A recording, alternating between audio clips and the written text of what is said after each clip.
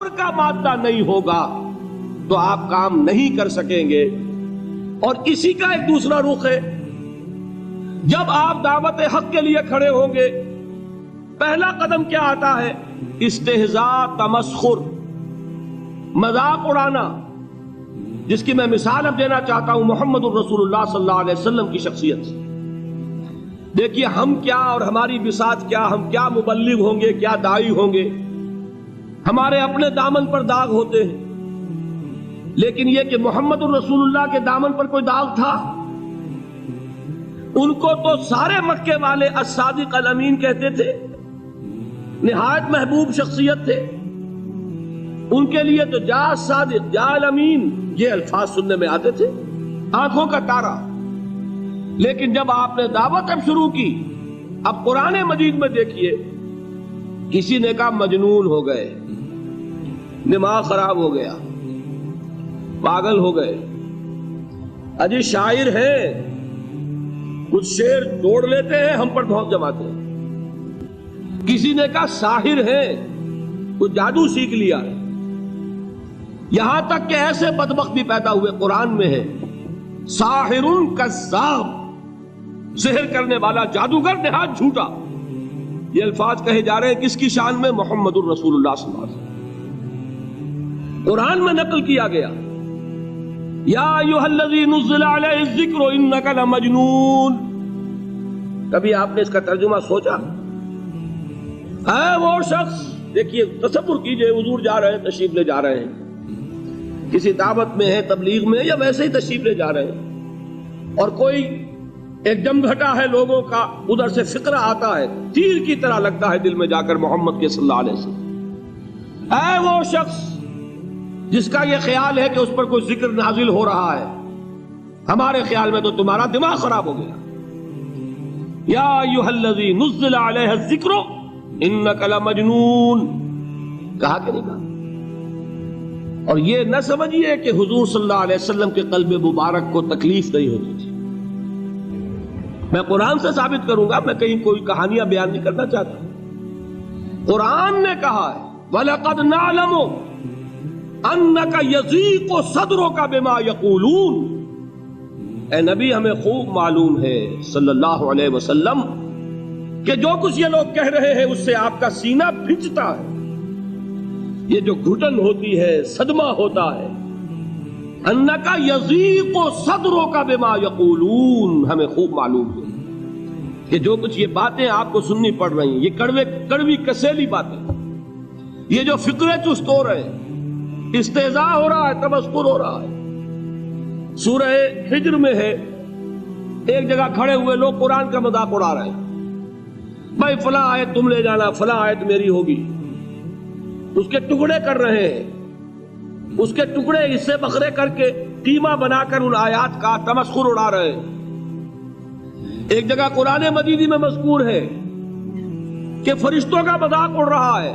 بھائی یہ دیکھو محمد نے کہا ہے صلی اللہ علیہ وسلم کہ جہنم پر تو کل 19 فرشتے ہیں، علیہا 19 قرآن میں آیت نازل ہوئی. ایک پہلوان کہتا بھائی 10 کو تو میں سنبھال لوں گا، باقی 9 کا تم انتظار کر لو. یہ باتیں آ رہی ہیں حضور کے کانوں میں. کلام الہی کے ساتھ کیا سلوک ہو رہا ہے، مجھ پر کیا فقرے چست کیے جا رہے ہیں، مجھ پر جس طریقے سے استہزاء اور تمسخر کا رویہ اختیار کیا گیا ہے، دل بھج رہا ہے، دل میں صدمہ ہے. دیکھیے سورہ نون ہے، اور میرے نزدیک یہ دوسری وحی ہے جو حضور پر نازل ہوئی ہے، اس کی ابتدائی آیات نون والقلم وما یسطرون ما انت بنعمت ربک بمجنون وان لک لاجرا غیر ممنون وانک لعلی خلق عظیم فستبصر ویبصرون بأیکم المفتون ان ربک هو یعلم بمن ضل عن سبیلہ وهو اعلم بالمہتدین. نون، قسم ہے قلم کی اور جو کچھ یہ لکھتے ہیں. اے نبی آپ اپنے رب کی نعمت سے مجنون نہیں ہیں. یہ کیوں کہا جا رہا ہے؟ حضور کو جو صدمہ پہنچا ہے وہی نازل ہوئی ہے دل جوئی کے لیے، تسلی کے لیے. آپ کیوں برا منا رہے ہیں؟ اے نبی آپ کیوں صدمہ اور رنج اور اندوہ محسوس کر رہے ہیں؟ ان بدبختوں کے کہنے سے کوئی آپ مجنون ہو جائیں گے؟ مانتا بے نعمت رب کا بھی مجنون وَإِنَّ لَكَ لَأَجْرًا غَيْرَ مَمْنُونَ، آپ کو جو یہ صبر کرنا پڑ رہا ہے، آپ کو جو یہ جھیلنا پڑ رہا ہے، اس کی وجہ سے آپ کو وہ اجر ملے گا جس کا سلسلہ کبھی منقطع نہیں ہوگا۔ وَإِنَّكَ لَعَلَىٰ خُلُقٍ عَظِيمٍ، اور اے نبی آپ تو خلق عظیم کے حامل ہیں۔ آپ کا اخلاق، آپ کا کردار، آپ کی سیرت، آپ کی شخصیت میں طہارت، نفاست، پاکیزگی، آج تک دنیا نے کوئی پاگل، کوئی مجنون ایسا بھی دیکھا؟ یہ ساری باتیں اللہ تعالیٰ حضور کی دلجوئی کے لیے فرما رہے ہیں۔ اس سے آپ اندازہ کیجئے کہ کتنا صدمہ ہوتا ہوگا۔ یہی ہے، اس ساری چیز کو جمع کیجئے تو یہ چیز کیا ہے؟ وَاصْبِرْ عَلَىٰ مَا يَقُولُونَ وَاهْجُرْهُمْ هَجْرًا جَمِيلًا، صبر کرو اے نبی، صبر کرو اے محمد صلی اللہ علیہ وسلم، جھیلو اور برداشت کرو اس پر جو یہ کہہ رہے ہیں۔ اچھی طرح نوٹ کیجئے یہ بات، ذرا سیرت ہی کا سمجھ لیجئے، آج ایک بیان ہو جائے گا۔ یوں سمجھیے جب حضور نے یہ کہا کہ مجھ پر وحی نازل ہوئی، فرشتے سے ملاقات ہوئی، تو اب وہ چہمے گوئیاں شروع ہو گئی، معلوم ہوتا دماغ خراب ہو گیا۔ دیکھیے ہم نہیں کہتے تھے یہ جا کے غار حرا میں بیٹھتے ہیں، کئی کے دن رہتے ہیں، بھوکے رہتے ہیں، وہ خشکی چڑھ گئی نا آخر۔ یہ جس طرح کی باتیں دنیا میں آج ہوتی ہیں اسی طریقہ کی باتیں ہوتی ہیں۔ عتبہ ابن ربیعہ ایک مرتبہ آتا ہے، کیونکہ قریش کے بڑے لوگوں میں سے تھا، تو قریب آ کر بڑی اپنائیت کے ساتھ، بڑی شفقت کے ساتھ، بڑے بزرگانہ انداز میں کہتا ہے بھتیجے، حضور سے، بھتیجے اگر واقعی کسی بدروح کا سایہ ہو گیا ہے تم پر، وہ آسیب آ گیا ہے تو مجھے بتا دو، میرے بہت سے عاملوں سے تعلقات ہیں، میں کسی کو بلا کر یہ تمہاری بدروح دور کر دوں گا۔ اب آپ سوچئے کیا بیتی ہوگی حضور کے دل پر۔ یہ وہ کیفیات ہیں، اور یہ نوٹ کر لیجئے 4 برس تک یہی شکل رہی ہے۔ مخالفت اسی نوع سے ہوئی ہے جس کو کہتے ہیں فزیکل پرسیکیوشن، جسمانی تشدد، وہ پہلے 4 سال نہیں ہوا۔ اس کی وجہ کیا ہے کہ در حقیقت جب بھی کبھی کوئی ایسی دعوت اٹھتی ہے، اب مجھے اجازت دیجئے میں ایک لفظ انقلاب یہاں استعمال کر لوں، انقلابی دعوت۔ کل میں نے کہا تھا نا، ایک ہوتی ہے خالص مذہبی تبلیغ، ایک ہوتی ہے انقلابی تبلیغ۔ مذہبی تبلیغ کی سب سے بڑی مثال عیسائیت کی تبلیغ، اور انقلابی تبلیغ کی سب سے بڑی مثال اشتراکی تبلیغ۔ میں باہر سے مثالیں دے رہا ہوں، اندر سے نہیں دینا چاہتا۔ آگے یہ کہ ہی قدر گفتے باقی فکر کن، آگے انسان اپنی عقل سے کام لے، سوچے، غور و فکر کرے۔ تو یہ انقلابی تبلیغ تھی محمد الرسول اللہ صلی اللہ علیہ وسلم۔ اور انقلابی تبلیغ کے اندر یہ بات جان لیجئے کہ پہلا رد عمل جو ہوتا ہے معاشرے کا وہ یہ ہوتا ہے کہ کوئی ایسی بات گھبرانے کی نہیں ہے، ایک آدمی کا دماغ خراب ہو گیا ہے اور کچھ سر پھرے قسم کے چند نوجوان اس کے ساتھ ہیں، ایسی کیا بات ہے گھبرانے کی؟ مشت خاک ہے، بس ان کو چٹکیوں میں اڑاؤ، جو چٹکیوں میں اڑانا کہلاتا ہے نا۔ اسی کو قرآن مجید میں ایک اور جگہ کہا گیا ہے، یریدون لیطفئوا نور اللہ بافواہہم، یہ چاہتے ہیں کہ اللہ کے نور کو اپنے منہ سے بجھا دیں، پھونکے مار کے ہی بس۔ تو پہلا رد عمل جو ہوتا ہے ایک نظام کا، ایک کسی انقلابی دعوت کے خلاف، وہ رد عمل ہوتا ہے استہزاء، تمسخر، مذاق کرو، ان کو جس کو آپ انگریزی میں کہتے ہیں ڈی مورلائز کر دو، ان کی ہمتیں جو ہے وہ ٹوٹ جائیں، ان کو اس طریقے سے، اسی کا نام ہے آج کل کی اصطلاح میں کیریکٹر اسیسینیشن، ان کی شخصیتیں جو ہیں ان کو داغدار کر دو، ان کا اعتبار ختم کر دو، ان کا استہزاء کرو، تمسخر کرو۔ اور یہ میں آپ سے عرض کر رہا ہوں اس وقت ایک گونا فخر کے ساتھ اور اللہ تعالیٰ کا شکر ادا کرتے ہوئے کہ میں نے جو کام بھی کیا ہے اس وقت پاکستان میں، آپ نے اخبارات میں دیکھا ہوگا، بڑا دقیانوسی مولوی ہے، بیگمات کا رد عمل جو ہوا وہ آپ کے علم میں ہوگا، بڑے جو یہ جدید ہمارے روشن خیال قسم کے جو صحافی ہیں، اگر کہیں آپ نے پڑھا ہو جس طرح استہزاء ہوا ہے، جس طرح مذاق اڑایا گیا ہے، جو الفاظ استعمال کیے گئے ہیں، وہ میرے نزدیک بہت بڑی سند ہے جو اللہ کے ہاں جا کر پیش کروں گا۔ کہ اللہ تیرے دین کے لیے، میں نے اپنے گھر سے کوئی بات نہیں کہی، میں نے جو بات کہی وہ جو شریعت محمدی کی بات ہے وہ کہی، اگر اپنی طرف سے کہی ہو کوئی اضافہ کیا ہو تو اللہ تعالیٰ کی پھٹکار ہو مجھ پر اور لعنت ہو مجھ پر، لیکن اگر میں نے وہی کچھ کہا جو شریعت محمدی کا تقاضا ہے اور قرآن اور سنت کی بات ہے، تو پھر اگر مجھے کسی نے پاگل کہا اور کسی نے دقیانوسی کہا اور کسی نے اور فکرہ جست کیا تو میں اس کے لیے، میں تو سمجھتا ہوں میرے لیے وہ سند ہے جو اللہ تعالیٰ کے ہاں میں جا کر پیش کروں. اور یہ جان لیجئے کہ وہی بات ہوتی ہے ہمیشہ، ہسٹری ریپیٹس اٹسیلف.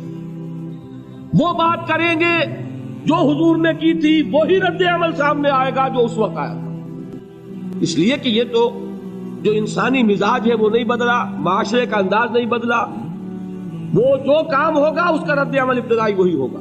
اور اس میں در حقیقت امتحان ہوتا ہے صبر کا. کیا دل شکستہ ہو کر بیٹھ رہے گا انسان؟ ہمت جواب دے جائے گی، کمر ٹوٹ جائے گی، قوت ارادی اور عزیمت جو ہے مزمحل ہو جائے گی، پھونکوں سے چراغ بجھ جائے گا. یہ جو میں نے آیت آپ کو سنائی تھی اس کا بڑی خوبصورت کی ساتھ ترجمہ کیا ہے مولانا ظفر علی خان نے کہ نور خدا ہے کفر کی حرکت پہ خندہ زن، پھونکوں سے یہ چراغ بجھایا نہ جائے گا. یریدون لیطفئوا نور اللہ بافواہہم واللہ متم نورہ ولو کرہ الکافرون. یہ چاہتے ہیں کہ اپنے منہ کی پھونکوں سے اللہ کے نور کو بجھا دیں، حالانکہ اللہ تعالیٰ تو اپنے نور کا اتمام فرما کر رہے گا، خواہ ان کافروں کو کتنا ہی ناگوار ہو. اس کی ترجمانی ہے نور خدا ہے کفر کی حرکت پہ خنددن، پھونکوں سے یہ چراغ بجھایا نہ جائے گا. بہرحال اس مرحلے پر میں نے آپ کو 2 صبر بتائے. صبر کس چیز سے؟ اپنا کیریئر دنیاوی جو بھی آپ حاصل کر سکتے تھے.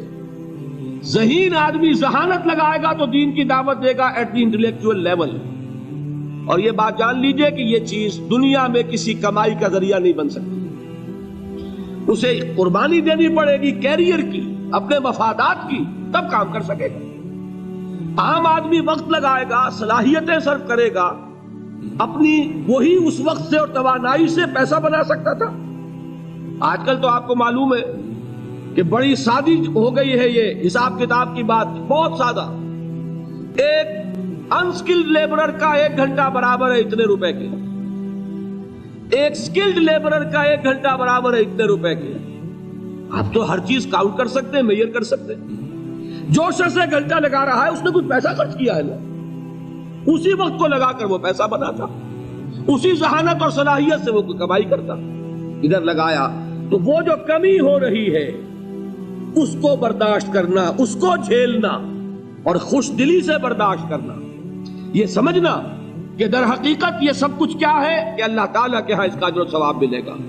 یہ صبر کا ایک رخ، اور استہزاء ہو، تمسخر ہو، مذاق اڑے، فکرے چست ہو، دقیانوسی کہا جائے، ریئیکشنری کہا جائے، یہ بڑے ریئیکشنری ہے، یہ بڑے پچھلے زمانے کے لوگ ہیں، اگلے وقتوں کے ہیں یہ لوگ، انہیں کچھ نہ کہو.